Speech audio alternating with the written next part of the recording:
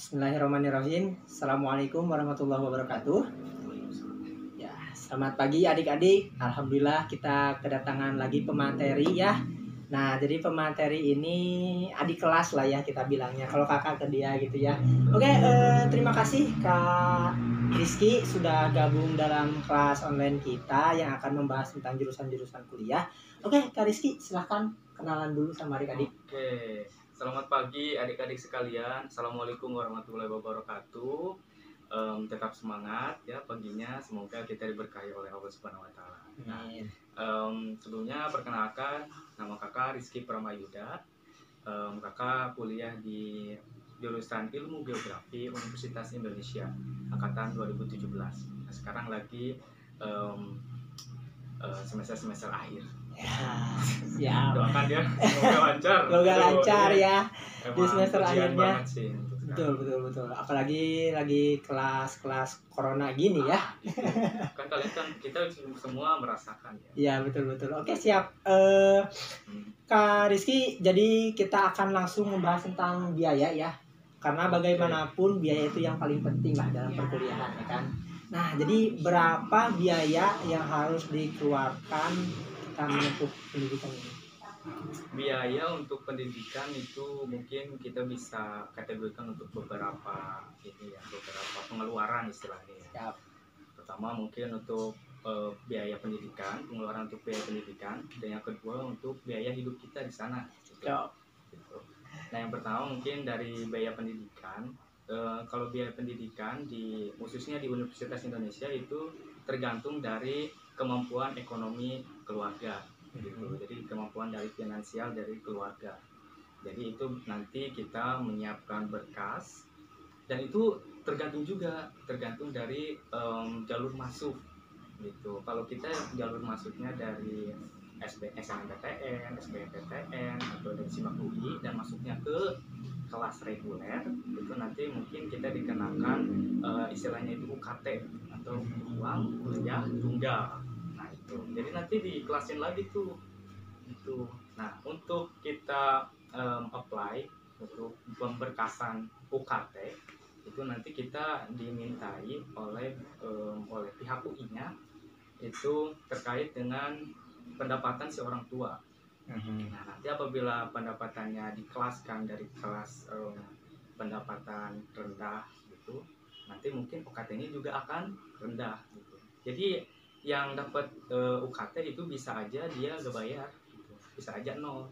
Soalnya rentangnya itu kalau yang reguler dari saintek atau sains dan teknologi ya, dari rentang 0 sampai maksimal itu 7,5 juta. 7,5 di jurusan Kak Iki sendiri ya? Iya, di jurusan saya sendiri. Nah, kita fokusnya ke jurusan Kak Iki aja gitu ya. Oke, siap. Terus? Nah, terus ada lagi kelas lain yang lainnya itu kelas paralel. Jadi kelas paralel ini istilahnya kita tuh bayar sesuai dengan kemampuan si orang tua juga, tapi bedanya ini dia biasanya masuknya lewat jalur SIMAK UI gitu. SIMAK UI, nah dia itu nanti tidak dimintai pemberkasan seperti halnya yang dapat beasiswa bidik misi atau yang ini UKT reguler gitu. Jadi mereka tinggal masuk dan tahu dia harus bayarnya berapa, itu aja sih. Nah itu yang pertama untuk uang pendidikan. Nah, yang kedua itu uang pengeluaran selama di kampus istilahnya gitu. Gaya hidup sehari-hari nih. Gaya hidup sehari-hari. Nah itu juga beda-beda tergantung dari kemampuan finansial dari setiap anaknya. Gitu. Kalau aku sendiri kan ini beasiswa bidik misi nih. Beasiswa bidik misi ya harus tahu diri lah istilahnya. Harus tahu diri. Soalnya kan di UI di perbatasan antara Jakarta Selatan dan juga Depok, tahulah gimana gaya hidup di sana ya.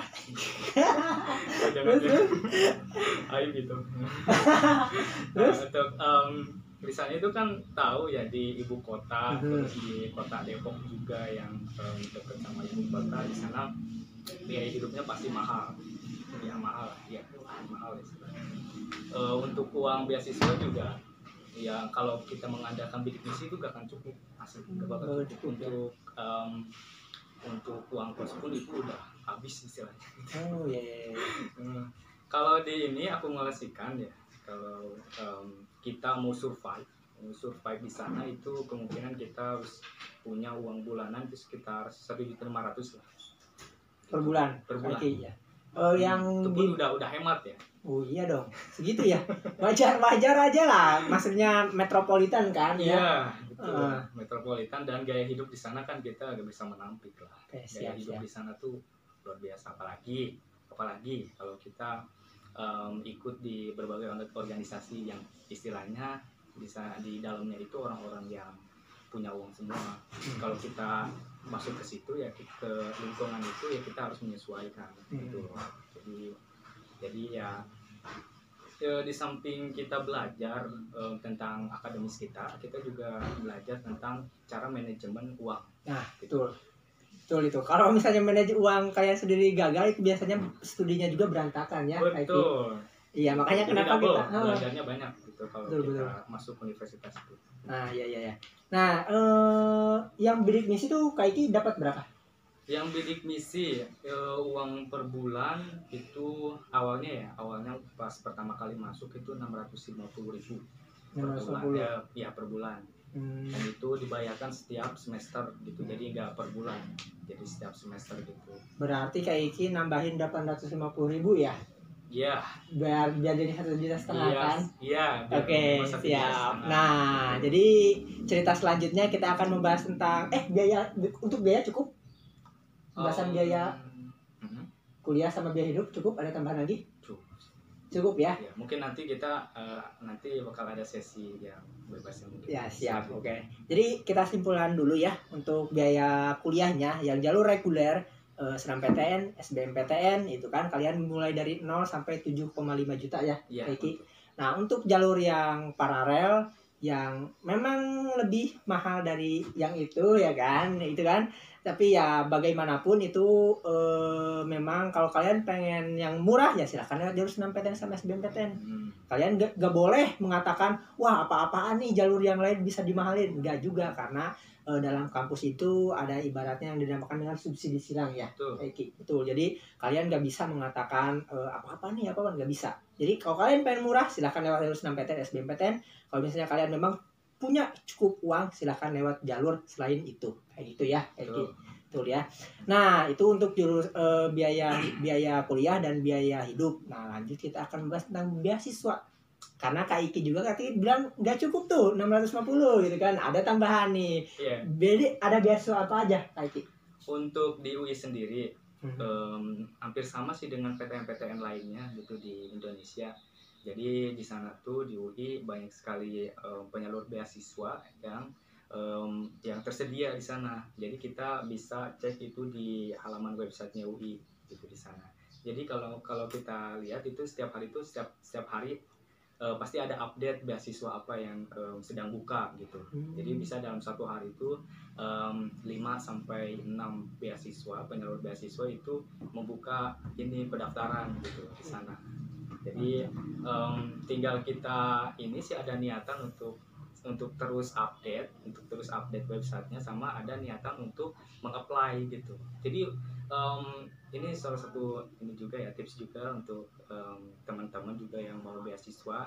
Jadi di samping kalian harus update terus informasi, di samping itu juga kalian harus istilahnya terus inilah apply terus beasiswa yang sedang membuka pendaftaran seperti itu. Jadi apapun beasiswanya kalian ambil aja gitu. Siapa tahu nanti ada 1 atau 2 yang nyantol atau yang dapat gitu sih. Wih, mantap ya. Ya. Terus kalau di sana sendiri biasanya yang paling terkenal ya, beasiswa yang paling terkenal dan yang paling banyak diburu sama mahasiswa sana tuh biasanya ada dari beasiswa dari Tanot Foundation atau dari Karya Salemba 4 atau KSE. Terus ada dari apa lagi ya, banyak sih sampai nggak hafal. Iya loh. Saking banyaknya gitu. Wajar aja banyak gak bakalan hafal juga kali sih kalau dihafalin. Satu hari bisa nyampe 5 ya. 5 Bukan lagi 6. per bulan lah ya. Bukan lagi per bulan tapi per hari bisa Wih. terus update gitu. Mantap. Jadi gitu ya.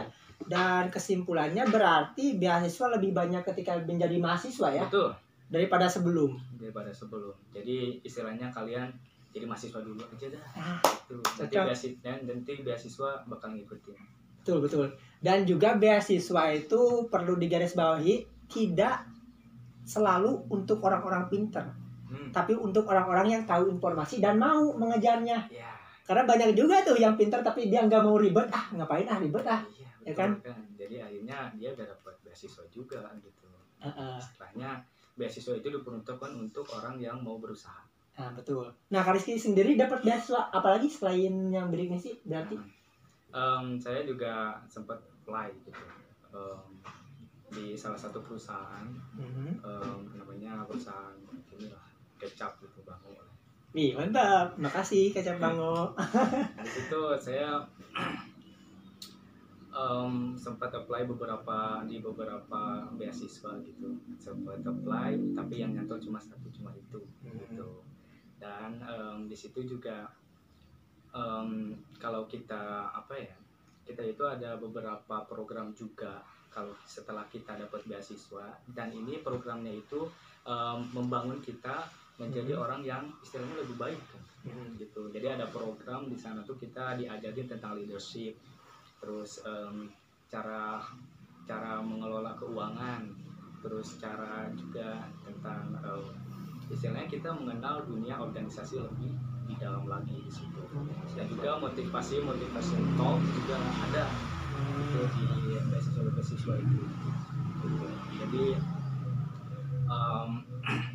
itu juga sangat membantu sih, sangat membantu dikala kita kira kita berpikiran bahwa di sana tuh pengeluaran banyak gitu. Tapi di samping itu juga ketika kita jadi mahasiswa itu yang menyalurkan beasiswa biaya pendidikan itu juga akan banyak juga kayak gitu.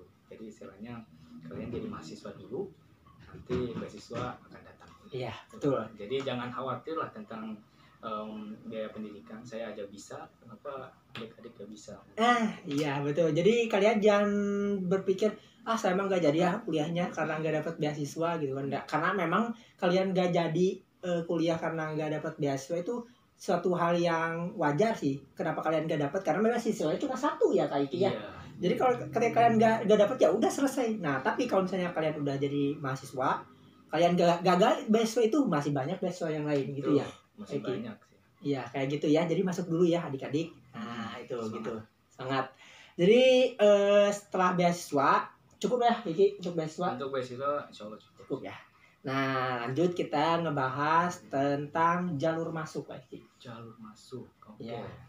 Siap. Kalau di UI sendiri kan jalur masuk itu hampir sama dengan yang lain juga gitu. Jadi jalur masuknya itu ada tergantung juga dari jenjangnya. Kalau dari sarjana sendiri, kalau dari jenjang sarjana itu ada SNMPTN, terus yang kedua SBMPTN, terus yang ketiga itu SIMAK UI, dan yang terakhir dari Scout Talent. Istilahnya kalau teman-teman ada yang berprestasi di bidang olimpiade baik nasional atau internasional, nanti ada jalur masuk itu gitu. Jadi jalur masuk undangan lah istilahnya gitu. Jadi untuk yang SNMPTN kalau update terakhir ya kan, kalau update terakhir itu kursinya sekitar 30% ya. Kalau SBMPTN juga sama 30, sisanya itu SIMAK dan juga jalur masuk yang tadi olimpiade kayak gitu. Kalau zaman aku zaman kakak 2017 itu tuh beda, jadi gak ada SIMAK kalau dulu tuh. Jadi adanya SNMPTN sama SBMPTN. Nah yang kuota SIMAK itu dialihkan ke SBMPTN, jadi 70% tuh, jadi lumayan banyak gitu.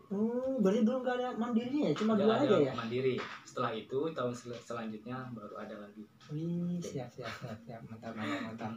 Jadi kalau di SIMAK UI juga kalian harus lebih prepare-nya lebih gitu, karena terkenal kalau SIMAK UI itu soal-soalnya itu sangat susah gitu. Ya, Tapi gitu ya. Tapi itu tidak menutup kemungkinan kalian untuk jadi mahasiswa UI. Iya, betul. Nah, Kak Iki sendiri lewat jalur mana?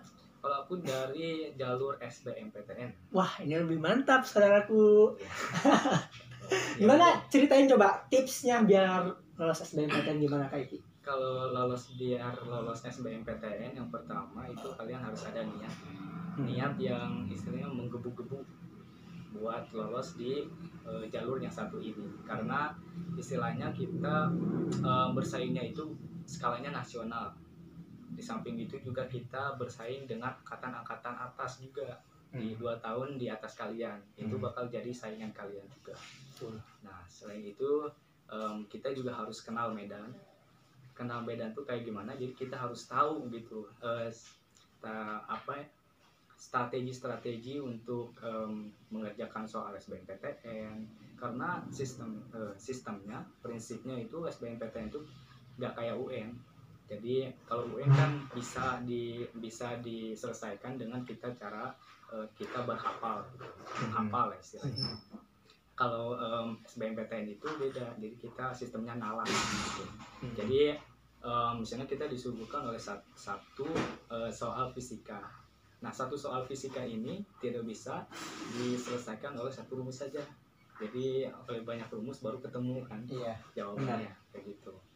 Nah, itu yang kedua. Tadi kan yang kedua mengenal medan.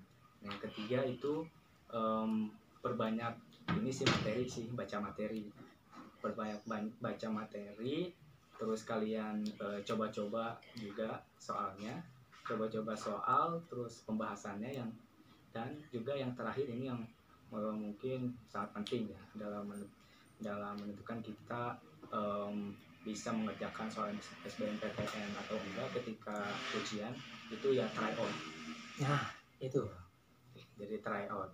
Kalau bicara ya kalau kilas balik atau flashback ke belakang, aku tuh kan nggak ini ya, istilahnya nggak bimbel. Bimbel sih, sempat bimbel di UI, di Fasilkom UI, tapi itu cuman 2 bulan doang gitu. Selain itu juga terbatas waktunya, jadi cuman weekend aja. Nah, untuk di samping itu juga aku terus belajar terus ngerjain soal-soal, dan juga pada akhirnya try out gitu. Jadi try out ini tuh di samping kita melatih untuk bisa mengerjakan soal nanti, istilahnya kita latihan untuk ketika ujian. Di samping itu juga kita mengukur kemampuan kita. Jadi kita tuh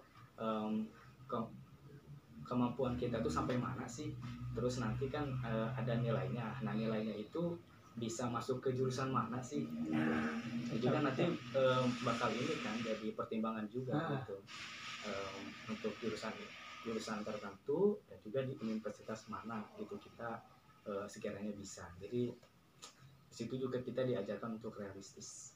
Mantap penjelasannya. Oke. Jadi kita simpulkan sedikit ya tentang SBMPTN ini. Benar kata Kak Rizky. Jadi buat kalian juga mungkin yang nonton video ini belum tahu jurusannya apa, di kampus mana, aduh saya cocoknya di mana ya. Nah, kalian sering-sering lah ikut tryout SBMPTN karena nanti nilai itu kan muncul. Nah jadi kalian bisa menyimpulkan sendiri nilai segitu tuh cocoknya di jurusan mana, kampus mana, ya kan Kak Iki. Jadi kalian udah nilainya segitu berharap tinggi lagi, ya realistis aja ya Kak Rizky ya. Benar, karena memang waktu kita juga terbatas gitu kan. SBMPTN kan cuma 3 kali aja ya Kak Iki. Setelah itu kalian ya udah harus mandiri gitu. Kayak gitu ya adik-adik, untuk SBMPTN. Jadi kalian bisa mengikuti tryout SBMPTN biasanya di daerah-daerah kalian masing-masing juga ikut, silahkan. Atau sekarang mah online juga bisa kayak gitu adik-adik. Kita lanjut ke pembahasan, apa alasan Kak Iki ngambil jurusan ini? Oke, Kalau ditanya alasan ya, kalau ditanya alasan ini balik lagi ke passion ya, passion diri gitu.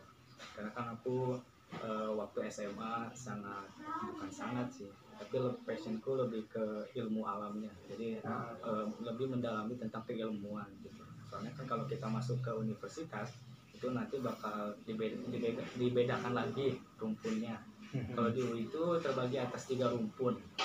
Jadi ada rumpun ilmu kesehatan, terus ada rumpun ilmu sains dan teknologi, dan juga rumpun sosial humaniora. Nah, kalau aku kan lebih ke sains nih. Jadi aku pilih jurusan yang ada di rumpun sains dan teknologi. Nah, di situ passion aku juga pengen lebih mendalami tentang ekosistem bumi gitu, atau lebih ke kebumian. Pas olimpiade juga ambilnya itu tentang kebumian atau tentang istilahnya ilmu tentang kebumian lah. Siap. Nah, di situ juga kebetulan kan di UI juga ada jurusan itu, namanya jurusan ilmu geografi gitu. Tapi biasanya kan kalau di SMA nih, kalau di SMA jurusan ilmu geografi itu kan masuk ke IPS. Iya, ke IPS. Sementara kalau masuk ke universitas itu masuknya ke IPA biasanya gitu. Kenapa? Karena pada dasarnya ilmu geografi itu holistik. Holistik itu apa? Holistik itu jadi membahas dari semua aspek atau dari semua bidang. Jadi kita membahasnya ilmu alam dan juga ilmu sosial. Gitu. Jadi kalau di SMA itu masuk ke IPS karena ada menyangkut tentang sosialnya gitu. Kalau masuk ke universitas biasanya banyaknya membahas tentang aspek kebumiannya gitu. Jadi aspek fisik-fisik, tapi tidak meninggalkan juga aspek manusianya atau aspek sosialnya, karena pada kenyataannya itu keduanya itu saling berhubungan kan. Misalnya lingkungan rusak karena manusia, dan juga manusia bisa dipengaruhi oleh lingkungan juga. Betul. Gitu. Jadi belajarnya lebih ke situ. Karena itu ya alasannya ya. Dan memang juga di sini itu jurusannya KIK itu masuknya ke ilmu ya, ilmuwan gitu, bukan pendidikan, bukan mendidik menjadi guru, bukan ya. Jadi murni lah. Jadi ilmu yang murni gitu, bukan enggak pendidikan kayak gitu adik-adik ya. Jadi kalau kalian misalnya pengen ngambil jurusan ini karena pengen jadi guru itu bukan, tapi bisa ya pendidikan lagi nambah 2 tahun itu profesi bisa nggak? Kalau dari ilmu murni, kalau ingin jadi guru atau ke bidang pendidikan ya itu profesi itu ya. Profesi itu. Jadi nambah kalian harus belajar juga tentang pendidikan. Karena di jurusan saya kan lebih ke ini ya, ilmu murni. Dan masuk ke rumpun Fakultas Matematika dan Ilmu Pengetahuan Alam. Jadi itu pure tentang ilmu pastinya atau ilmu ini. Gitu. Kayak gitu ya adik-adik. Jadi kalau misalnya kalian ngambil jurusan ini karena pengen jadi pengajar ya bisa. Jadi nanti kalian tinggal nambah lagi kuliah untuk profesinya gitu. Ya, tapi kalau kalian passionnya di ilmu geografi, punya minat ke situ, tapi nanti endingnya pengen jadi guru, mungkin ke universitas lain aja gitu yang pendidikan. Buka pendidikan, program pendidikan geografi. Betul, jadi nggak ribet 2 kali ya. Iya, jadi 4 tahun selesai gitu. Kayak gitu. Oke, kita masuk ke sesi belajarnya. Jadi selama kuliah itu di sana belajarnya apa aja tuh Pak? Kalau belajar ya, karena di jurusan aku ilmu geografi itu masuknya Fakultas Matematika dan Ilmu Pengetahuan Alam. Tentu nanti akan ada mata kuliah yang berbeda gitu. Pertama ada mata kuliah yang berasal dari universitas atau mata kuliah yang umum istilahnya, itu di semua fakultas juga mempelajari itu.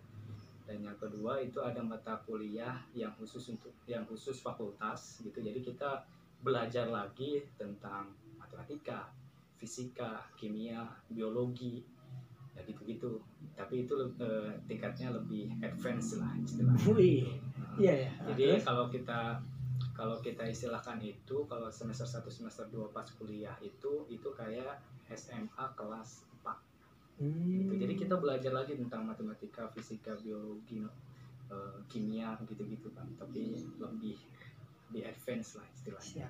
Sebelum akhirnya nanti di semester 3, 4, 5, 6, 7, 8 kita bakal lebih banyak belajar tentang mata kuliah di jurusan atau departemen gitu. Oke. Mata kuliah. Kalau di ilmu geografi itu mata kuliahnya yang khusus geografi ya.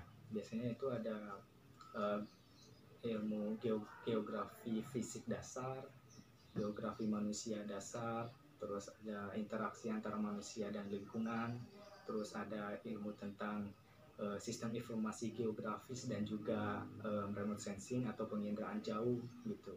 Jadi di jurusan saya juga terbagi atas 3 konsentrasi gitu. Yang pertama geografi fisik, geografi manusia, dan juga geografi teknik atau SIG dan penginderaan jauh gitu. Nah, selanjutnya juga masih banyak sih, tapi kalian mungkin bisa explore lebih jauh nanti di website di geografi langsung gitu. untuk mata kuliah. Kayak ngambil kejurusan apa? Untuk fokusnya saya lebih ke geografi teknik sih, jadi mempelajari lebih jauh tentang SIG, sistem informasi geografis dan penginderaan jauh. Siap. Amin itu ya. Karena apa tuh? Alasannya kenapa dari 3 kejurusan itu kenapa milih yang itu? Karena balik lagi sih ke passion. Di samping saya suka tentang kebumian, tapi saya juga tentang suka tentang aspek teknologi gitu. Jadi sangat tertarik dengan dengan tren teknologi yang sekarang gitu. Jadi kayaknya seru nih mempelajari tentang geografi tapi kita memainkan teknologinya juga gitu. Karena kan nanti kita dihadapkan ke industri 4.0 atau next juga dihadapi dengan industri 5.0 gitu. Dan itu bakal teknologi itu akan sangat memainkan peran penting terhadap semua ilmu kayak gitu sih. Siap benar. Oke, siap. Kita masuk ke sesi penting, sesi yang selalu ditanyakan oleh orang tua kalian. Kalau kalian ngambil jurusan ini kedepannya kayak gimana? Rencana karirnya kayak gimana, Kak Iki? Rencana karirnya asik. Jadi kalau di ilmu geografi sendiri nanti itu ini kan masuknya ke ilmu pasti atau jadinya lebih ke saintis. Nah, itu juga bisa kalian pilih untuk jadi rencana karir kalian ke depan. Tapi di samping itu juga kita bisa jadi profesional di bidang lain, misalnya profesional di bidang teknologi yang lebih ke ada geografinya atau spasialnya. Terus kita juga bisa jadi konsultan, terus kita juga bisa jadi tenaga ahli di berbagai perusahaan dan juga dari berbagai instansi pemerintah gitu. Nah, di samping itu juga kita juga bisa jadi yang lainnya lah. Istilahnya kalau kita lulus di menjadi sarjana itu tidak melulu kita akan selalu relate dengan jurusan kita. Bisa aja kita jadi profesinya beda dengan lulusan kita. Nah, itu dia, bener. Bahkan kebanyakan zaman sekarang jurusannya apa, kerjanya apa. Itu. Iya. Itu balik lagi berarti jadi ada pertimbangan lain, ada faktor lain di samping jurusan yang kita dalami itu. Bisa karena passion kalian gitu. Misalnya kalian sukanya ngomong, komunikasinya bagus, bisa jadi kan jadi HRD juga bisa gitu. Karena sistemnya di universitas itu kita tidak hanya melulu belajar tentang bidang kita, tapi komprehensif. Betul. Jadi kita mempelajari hal lain juga. Apalagi kalau kalian aktif di organisasi.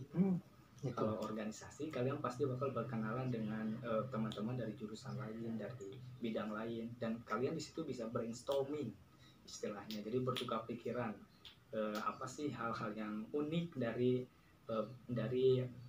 dari bidang-bidang kalian gitu, bidang-bidang dari teman-teman kalian di sana gitu. Jadi ada satu tips juga kalau kalian jadi mahasiswa itu jangan melulu istilahnya dengan melulu belajar itu aja, belajar hal yang lain juga gitu, supaya nanti yang kita pelajarin juga bisa bisa apa istilahnya, jadi kita bisa melihat dari perspektif lainnya gitu. Salah satu jalannya itu dengan mengikuti organisasi. Betul. Di situ sangat penting buat organisasi. Iya. Dan memang sebenarnya kalau misalnya ada pertanyaan kenapa banyak mahasiswa yang nganggur, balik lagi, tanyakan lagi dia selama kuliah dulu ngapain aja. Nah, itu. Kalau misalnya dia waktu kuliahnya benar-benar kuliah, dalam arti benar-benar kuliah tuh yang nggak cuma kuliah doang, di kegiatan di luar kelasnya itu pasti dapat, gak mungkin nganggur. Cuma kalau misalnya ada yang nganggur setelah kuliah, ya dia waktu kuliahnya ngapain aja gitu. Balik lagi juga niatan dia setelah kuliah mau apa. Kan ada juga yang mau jadi pengangguran, ada itu. Iya kan ada. Ada juga ya? Iya, itu konyol sih. Saya ngobrol bareng teman, ada itu salah satu teman saya yang kayak gitu. Dan dia kan angkatan atas. Dia ya setelah kuliah apa ya, mau nganggur dulu ya. Mau istirahat dulu ya. Oke. Ada juga yang konyol, hal konyol yang lainnya. Siap, itu ya adik-adik. Jadi kalian mau ngambil di swasta boleh, mau ngambil di jadi PNS boleh, dan lain sebagainya juga boleh. Pokoknya intinya kalau misalnya nanti kalian kuliah, rencana karir kalian ke depan tuh bahkan lebih terbuka daripada jurusan kalian. Ya, itu dan itu nggak bisa kantun di bahasa Sunda. Maksudnya kalau dalam bahasa Sunda mah ya kantun jurusan naon, gawena naon, teu nyambung gitu kan. Itu kalau dalam bahasa Sundanya ya. Nanti ada terjemahannya sih. Oke, gitu ya. Jadi intinya mah bukan dari sananya, tapi dari keberkahan ilmunya ya. Betul. Nah, benar. Tuh yang kalau kita ini kalau boleh nambahin ya. Kalau boleh nambahin, nanti kita di universitas itu atau setelah lulus after undergraduate atau setelah pasca kampus, itu yang paling dilihat oleh ini para pencari kerja, itu yang paling dilihat itu pertama soft skill. Soft skill itu apa? Jadi skill dari dari diri kalian, misalnya dari kemampuan komunikasi, dari kemampuan interpersonal, terus kemampuan kalian menjadi leadership atau memimpin suatu kelompok, gitu itu bakal lebih dilihat sih. Dan juga kemampuan bahasa juga. Selain itu juga yang paling membantu kalian setelah lulus kuliah itu ya link itu berarti istilahnya kenalan kalian gitu. Karena kalau semakin banyak kenalan kalian, maka semakin banyak informasi yang akan datang ke kalian. Jadi pekerjaan apa yang informasi pekerjaan yang cocok buat kalian itu apa gitu. Dan juga kalau kita kenal seseorang, mungkin akan lebih dipermudah. Betul. Ya, siap. Itu ya adik-adik. Jadi berproseslah dengan baik ketika nanti kalian menjadi mahasiswa gitu ya. Kayak gitu. Oke, Kak Iki, udah banyak yang kita bahas dalam video ini. Sekarang mah masuk ke sesi bebas. Apa yang mau Kak Iki sampaikan kepada adik-adik? Silahkan. Yang mau saya sampaikan kepada adik-adik mungkin yang pertama dan yang paling utama juga ya, kalian harus bulatkan tekad. Jadi tekad kalian tuh harus benar-benar bulat untuk kuliah dan juga untuk kuliah di universitas yang mana gitu. Karena kalau dengan niat yang bulat, kalian tentu akan lebih terarah ke depannya gitu. Beda dengan orang yang tidak niat atau tidak bulat tekadnya gitu. Nanti akan terseok-seok lah ketika kuliah. Iya. Itu yang pertama. Terus yang kedua, mungkin kalian harus lebih banyak mengenal medan karena berbeda kalau kalian medan istilahnya medan perang lah.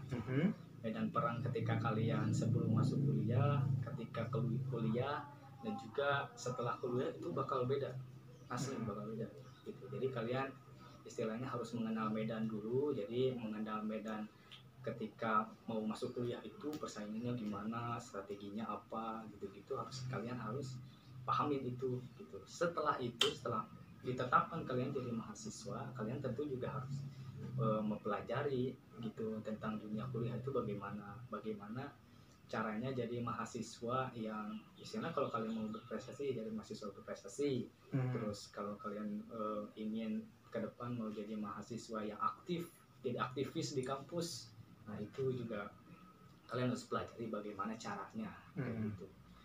Terus setelah after kampus juga apa yang harus biasanya untuk kalian sukses jadi orang yang disegani setelah kuliah, juga kalian harus pelajari gitu. Yang tadi seperti yang saya sudah sampaikan, kayak tadi kalian harus mengasah soft skill dan juga linknya diperbanyak kayak gitu. Itu yang kedua. Yang ketiga, mungkin kalian harus lebih mengeksplor diri istilahnya, karena ketika kalian dihadapkan suatu ujian, yang paling ditempa itu adalah diri kalian gitu. Kalau kalian tidak mengenal diri sendiri atau tidak mau mengeksplor diri sendiri, ya kalian bakal jadi orang lain dan kalian bisa lebih gampang untuk dijatuhkan gitu. Atau tidak, istilahnya menyerah. Benar-benar eksplor diri kalian sendiri dan cari tahu kira-kira aku kelebihannya di mana, terus kekurangannya di mana gitu. Kalian harus tahu itu gitu. Untuk demi proses kalian itu berjalan dengan baik gitu. Yang keempat yang keempat itu doa sih. Doa dari, terutama dari orang tua. Karena kita tahu lah bahwa doa dari orang tua itu paling mujarab ya. Di samping kita doa ketika kita dizolimi gitu. Kita banyak mintalah ke Allah Subhanahu Wa Taala gitu. Dan juga di samping itu juga kalian minta doa ke yang lain juga selain orang tua, biar banyak yang mendoakan dan juga banyak yang support supaya perjalanan kita diridhoi dan berkah. Amin. Berkah itu loh yang paling pentingnya gitu. Ada yang kelima Kak Iki? Kelima mungkin cukup. Apa ya? boleh silakan. Mungkin itu aja dulu kan? Ya, siap. Oke. Itu ya adik-adik. Pokoknya kalian mungkin adik-adik pengen kenalan sama Kak Iki, boleh medsosnya mungkin? Kalau mau kenalan ya? Iya. Kalau medsos saya tuh aktif biasanya di media sosial Instagram. Kalian bisa mungkin kalau mau ya follow di IG-nya saya tuh Rizky RIZKI PRMYD. Oke. PRMYD-nya itu Pramagida. Siap. Terus itu ya. Kalau kalian mau japri langsung itu via pribadi, mungkin kalian bisa lewat WA WhatsApp di 0857 76 23 17 18. Masya Allah. Itu ya adik-adik, nanti kita akan ada di sini. Oke. Itu ya adik-adik, Kak Iki ini udah ngasih banyak informasi gitu kan. Jadi kalian juga kalau misalnya nanti butuh penjelasan yang lebih detail mengenai pembicaraan kita dalam video ini, boleh silahkan komentar atau mau nanya langsung ke Kak Iki-nya juga boleh. Baik sekali kan Kak Iki ngasih nomor WA-nya pribadi sekali itu padahal kan. Nah, itu ya Kak Iki, ada lagi yang mau disampaikan? Mungkin teman-teman harus tetap semangat ya. Semangat karena untuk menjadi mahasiswa itu butuh perjuangan. Betul. Apapun itu sebenarnya. Apapun itu ya. Di luar dari mahasiswa juga kalian tetap harus berjuang ya. Betul. Berjuang untuk hidup. Semangat. Oke, siap. Iya, mantap itu ya. Oke, adik-adik, cukup sekian ya Kak Iki untuk video kali ini. Buat kalian yang pengen tahu jurusan lain, kampus lain, silahkan komentar, nanti akan kakak carikan pematerinya. Sekali lagi terima kasih Kak Iki sudah bergabung di video kita. Sampai jumpa lagi adik-adik. Assalamualaikum warahmatullahi wabarakatuh.